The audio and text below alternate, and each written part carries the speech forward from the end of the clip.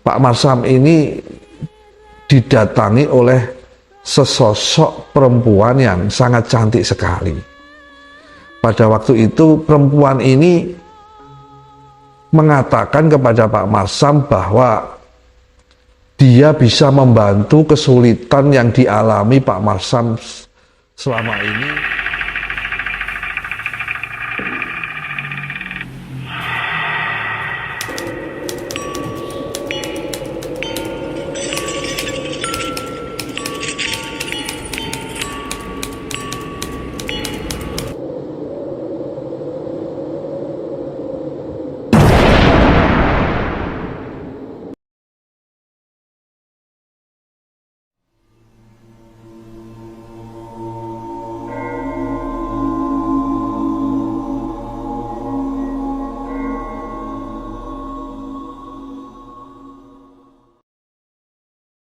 Bismillahirrahmanirrahim.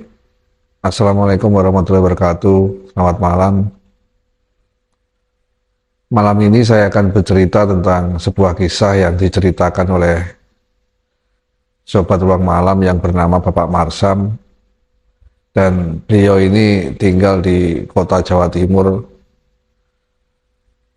Tapi sebelum saya bercerita tentang kisah Bapak Marsam ini, saya ingin berterima kasih kepada seluruh sobat ruang malam yang telah menonton tayangan ini, dan semoga amal yang telah diberikan kepada kami dibalas oleh Allah Subhanahu wa Ta'ala dengan kebaikan pula. Dan bagi sobat ruang malam yang belum mendukung channel kami mohon untuk segera mendukung dengan cara like, share, dan subscribe.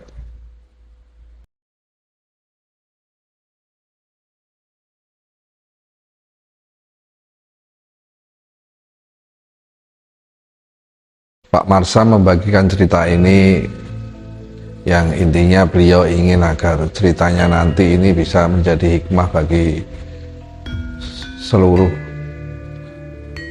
pemirsa yang sedang selalu menonton channel kami.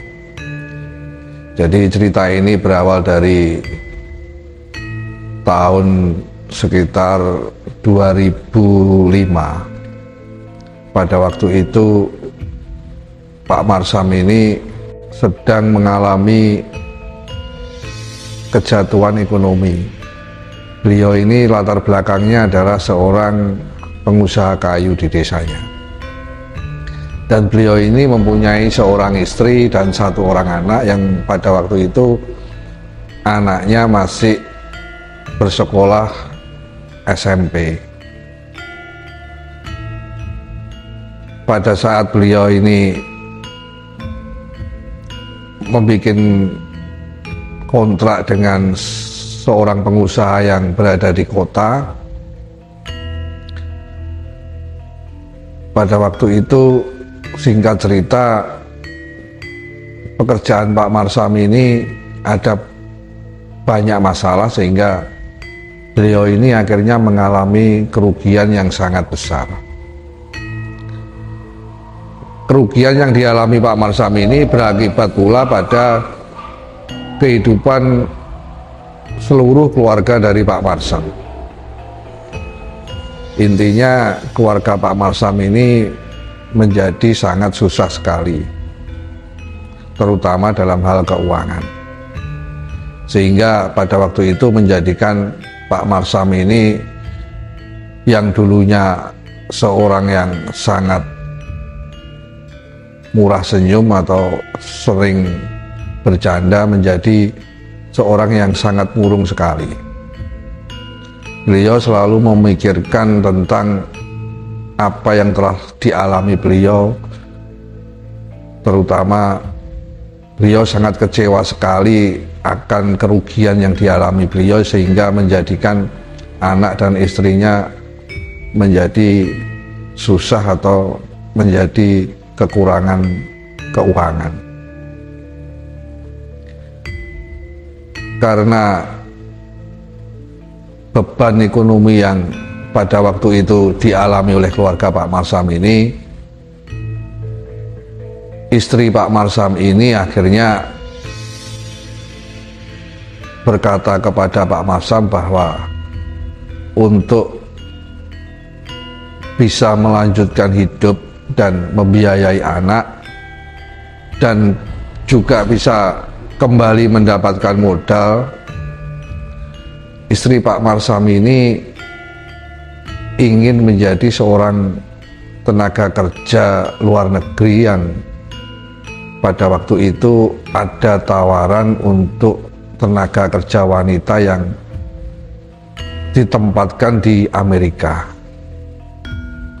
Dan untuk itu Pak Marsam ini dan istri ini harus berpikir lagi bahwa pada waktu itu juga untuk pergi ke Amerika juga memerlukan biaya yang sangat banyak. Karena hal yang demikian itu, Pak Marsam ini menjadi semakin murung. Akhirnya beliau ini sempat berpikir untuk melakukan suatu ritual yang bisa membantu dia agar mendapatkan uang cepat. Pada waktu itu karena Pak Marsam ini rumahnya berada di desa dan rumahnya ini dikelilingi oleh pegunungan. Di belakang rumah Pak Marsam itu terdapat sebuah batu yang berwarna hitam. Nah, di batu yang hitam itu sangat dikenal oleh masyarakat itu termasuk tempat yang wingit, karena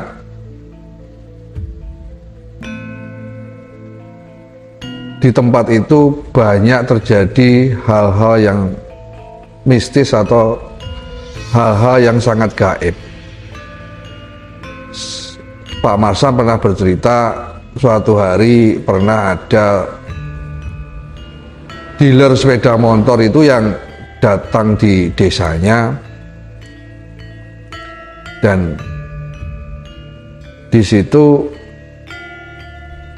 ada dua orang yang dari dealer itu yang mengendarai sebuah pickup yang di belakangnya itu sudah terdapat sepeda motor yang baru. Pada waktu itu pada sore hari sekitar pukul 5 sore, kedatangan dealer itu tidak ada yang tahu. Jadi penduduk desa tidak ada yang tahu bahwa dealer itu membawa sepeda motor datang ke desanya. Tetapi pada saat kedua orang itu meminta tolong kepada penduduk desa karena mengalami hal gaib, barulah penduduk desa tahu bahwa di situ ada dealer datang dan membawa sepeda motor yang intinya itu adalah pesanan dari warga desa tersebut. Jadi salah satu dari kedua orang dealer itu, yaitu sopirnya ini, bercerita bahwa ada seseorang yang mengaku dari desanya Pak Marsam ini mendatangi dealer dan memesan satu unit sepeda motor, dan orang itu telah membayar lunas 1 unit sepeda motor itu dan meminta untuk diantarkan ke rumahnya yang intinya alamatnya ini berada di desa bla bla bla bla bla, dan minta hari yang telah ditentukan itu untuk diantarkan. Akhirnya sopir ini dan salah satu pegawai dari dealer itu mengantarkan sesuai alamat yang telah ditulis oleh seseorang itu yang katanya pada waktu itu bernama Pak Yanto. Setelah mereka ini datang ke tempat itu, mereka seperti melewati jalan biasa walaupun di desa. Tapi kenyataannya pada saat sampai, beliau ini seperti masuk ke sebuah jalan kecil yang di situ ada sebuah rumah. Pada saat sepeda motor ini datang, mereka merasa juga ditemui oleh seseorang yang mengatakan bahwa dia adalah yang memesan sepeda motor ini dan benar ini alamat yang telah ditulis itu. Tetapi setelah sepeda motor ini diturunkan dari pickup itu dan mereka pada waktu itu disibukkan dengan membereskan tali-tali yang tadi mengikat sepeda motor itu, setelah menengok ke belakang ternyata sepeda motor ini sudah tidak ada. Ternyata di situ dia melihat sebuah batu hitam yang sangat besar dan rumah tadi dan orang tadi yang menerima sepeda motor itu juga tidak ada. Dan jalan yang dilewati mobil ini ternyata ini sebuah perkebunan atau perkebunan yang berada di suatu perbukitan yang tidak mungkin mobil pickup ini bisa lewat kecuali sepeda motor. Dari situ akhirnya si sopir ini dan temannya ini berlari meminta tolong ke warga desa dan menceritakan hal tersebut. Dari sinilah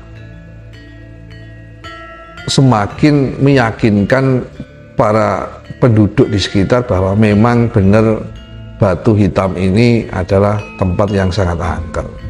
Karena memang di situ diyakini oleh masyarakat setempat batu besar itu sering terlihat sesosok pocong. Kemudian juga batu besar itu diyakini disitulah berdiamnya juga yang disebut masyarakat Blorong atau Ratu Ular, dan ditemani oleh pengikutnya yang bernama Mbah Bolor.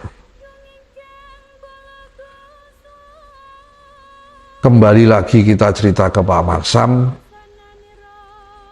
Karena Pak Marsam ini sudah terlalu frustasi, beliau ini sempat berpikir bahwa dia akan ritual untuk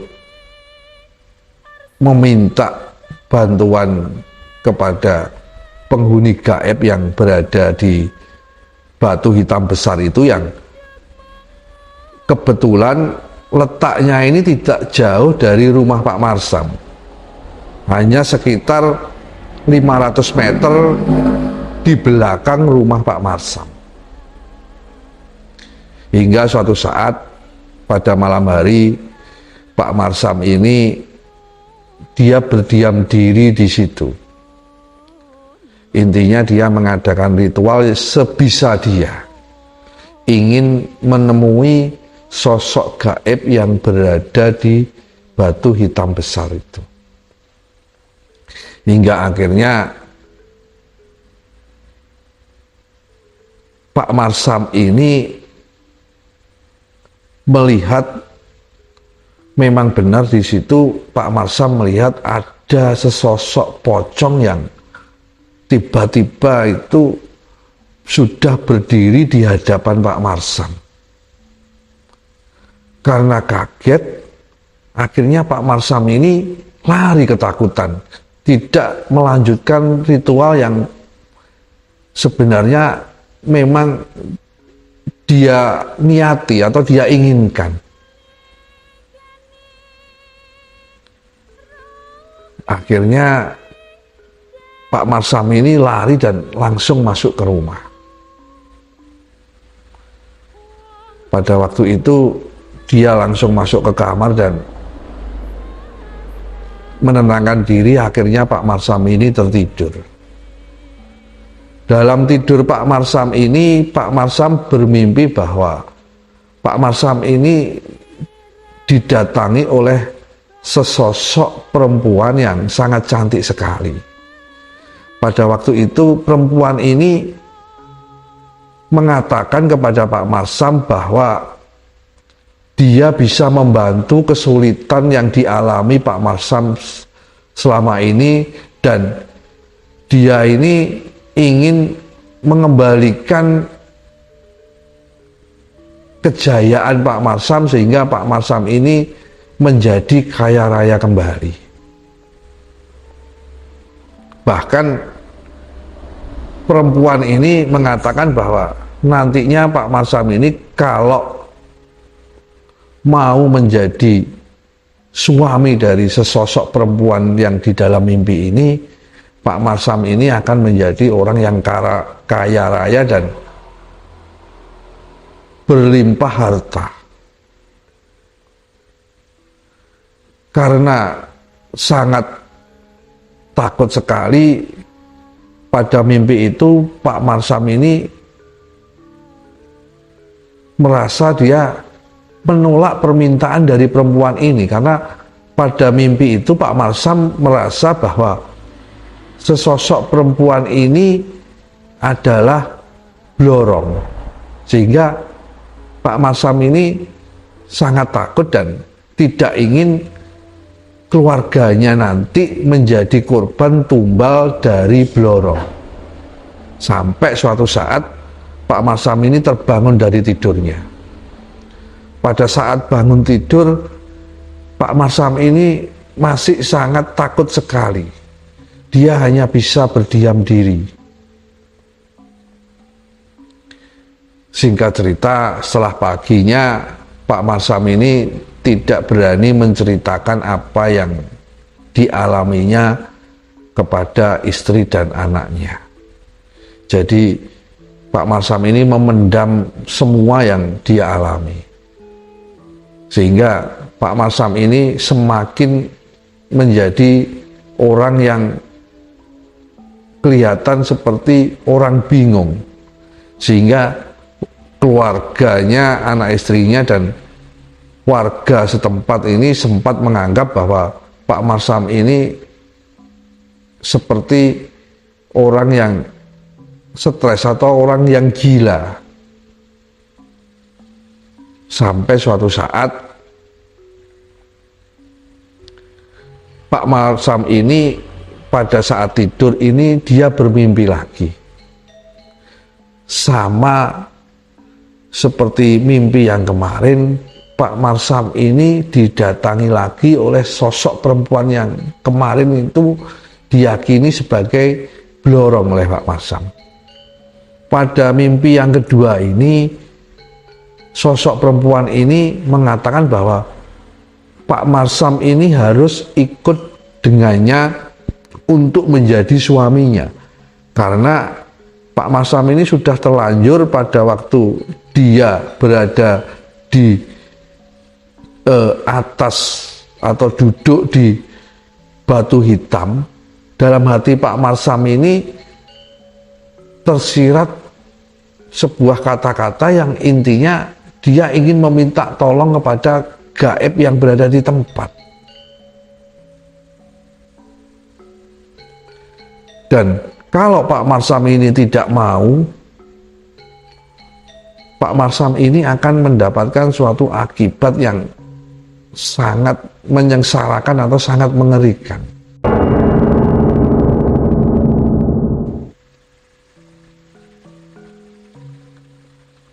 Singkat cerita, pada waktu besok paginya Pak Marsam ini semakin berpikir. Dia semakin bingung dan semakin ketakutan. Gimana supaya dia terhindar dari sesosok perempuan yang selalu datang kepada mimpinya. Sampai suatu saat pada siang hari sekitar jam 1 siang, Pak Marsam ini keluar dari rumahnya. Dia ingin menenangkan diri dan berjalan-jalan di desanya. pada waktu itu Pak Marsam ini baru 1 kilo dari rumahnya yang kebetulan jalannya ini agak menurun, dan di situ terdapat suatu jembatan yang terdapat juga pohon besar. Pak Marsam ini ditemui atau dicegat oleh sesosok laki-laki tua, tetapi dari mulut lelaki itu tua itu dan dari hidung lelaki tua itu keluar air liur yang sangat banyak. Pada saat itu suasana di desanya itu sangat sepi sekali, karena memang sangat pelosok sekali rumah Pak Marsam ini. Berada benar-benar di atas sebuah pegunungan. Dan di situ Pak Marsam ini seakan-akan seluruh badannya ini tidak bisa digerakkan. Dia hanya termangu saja, dan sosok lelaki tua yang dari mulut dan hidungnya keluar banyak air liur ini berkata bahwa dia ini adalah utusan dari siluman ular yang bernama Blorong, dan mengatakan bahwa Pak Marsam ini harus ikut dengannya. Pada saat itu akhirnya Pak Marsam ini seperti tersadar, dan dia langsung lari kembali pulang ke rumah.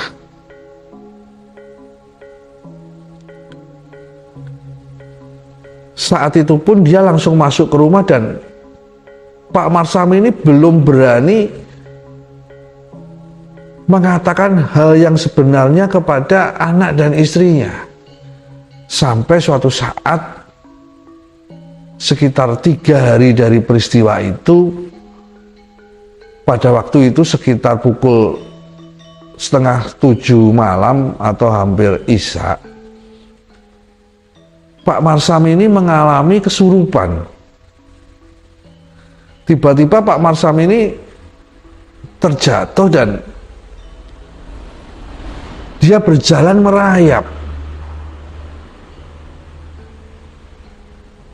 Dari situ akhirnya anak dan istri Pak Marsam ini kebingungan sehingga meminta pertolongan kepada tetangga setempat, dan malam itu juga Pak Marsam ini akhirnya dibawa ke paranormal atau tokoh yang dituakan di desa itu. Dari situlah akhirnya Pak Marsam ini berhasil ditenangkan dan kembali disadarkan. Dari situ Pak Marsam ini akhirnya bercerita kepada istrinya bahwa dia ini pernah meminta sesuatu yang dia lakukan di belakang rumah beliau, yaitu yang di tempat batu hitam itu. Akhirnya dari situ anak istri Pak Marsam ini meminta pertolongan pada tokoh yang dituakan itu untuk menolong Pak Marsam. Akhirnya dengan berdoa dan mengadakan ritual, Pak Marsam ini akhirnya berhasil disembuhkan pada malam itu. Singkat cerita, akhirnya Pak Marsam ini pulang ke rumahnya bersama keluarganya. Dan ternyata apa yang dialami Pak Marsam waktu itu 2 hari kemudian ini terjadi lagi kepada Pak Marsam. Tiba-tiba Pak Marsam ini kesurupan lagi, dan dia berjalan merayap seperti ular. sehingga membuat bingung lagi keluarganya. Akhirnya istri Pak Marsam ini mendatangi lagi tokoh setempat dan kembali mengobati Pak Marsam secara spiritual atau supranatural. Dan alhamdulillah akhirnya Pak Marsam kembali bisa disadarkan pada waktu itu. Untuk terjadi hal yang tidak diinginkan lagi dan keluarga ini ingin menyembuhkan Pak Marsam karena sebelum hari ini terlalu berlarut-larut, karena kejadiannya ini juga baru, dan Pak Marsam ini juga akhirnya tidak melaksanakan hajatnya. Tokoh setempat berinisiatif mendatangi tempat lokasi batu hitam besar itu bersama Pak Marsam dan beberapa orang yang dipercaya di desa itu. Pada akhirnya mereka semua ini mengadakan ritual dan mengadakan perjanjian kepada gaib setempat bahwa mereka bersedia untuk mengadakan suatu selamatan yang intinya bahwa jangan sampai Pak Marsam ini diambil atau dijadikan suami dari Blorong.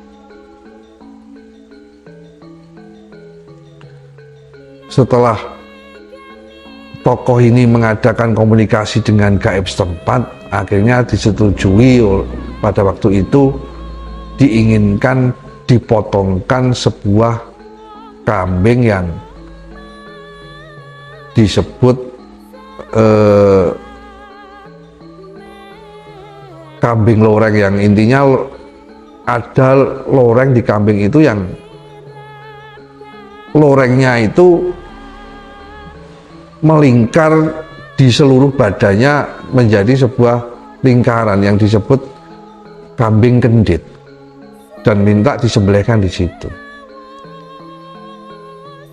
Setelah acara ritual itu, alhamdulillah Pak Marsam dan keluarga ini akhirnya selamat, dan pada saat beliau menyampaikan cerita ini, sekarang istrinya ini sudah bisa berangkat di Amerika dan alhamdulillah sudah bisa mengirim keuangan, dan Pak Marsam sendiri juga sudah bisa melakukan usaha lagi seperti dahulu walaupun masih tahap merintis lagi. Dan Pak Marsam bercerita juga bahwa dia menyesali apa yang dia perbuat pada waktu itu, dan jangan sampai apa yang dia alami ini dialami oleh orang lain. Dari sini kita bisa mengambil hikmah bahwa apapun yang menjadi ujian untuk kita memang seharusnya kita lalui dengan memohon bantuan kepada Allah Subhanahu wa Ta'ala. Jangan sampai kita berharap kepada yang lain. Dari sini cerita ini saya akhiri. Assalamualaikum warahmatullahi wabarakatuh.